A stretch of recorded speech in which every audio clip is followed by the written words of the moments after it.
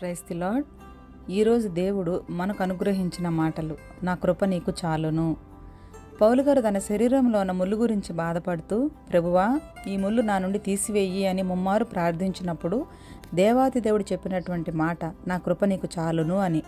దేవుడు మనకు భరించే శక్తిని ఇవ్వకుండా ఏ బాధనైనా, కష్టాన్నైనా, ఆపదనైనా ఎదుర్కోమని చెప్పరు. మనం ఎటువంటి ముళ్ళుతో బాధపడుతున్నప్పటికీ ఆ ముళ్ళుని మన శరీరంలో ఉంచి దానిని భరించగలిగే శక్తిని కేవలం మన ప్రభువు మాత్రమే మనకిస్తారు.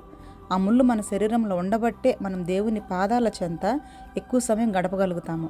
దేవుని శక్తిని పొందుకుని ఆయన చెప్పిన ప్రతి పనిని చేయగలుగుతాము.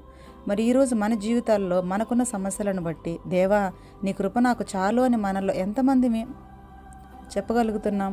దేవుని కృప మనకు తోడుగా ఉంటే మనం ఎటువంటి సమస్యలైనా ధైర్యంగా ఎదుర్కోగల శక్తిని పొందుకుంటాము.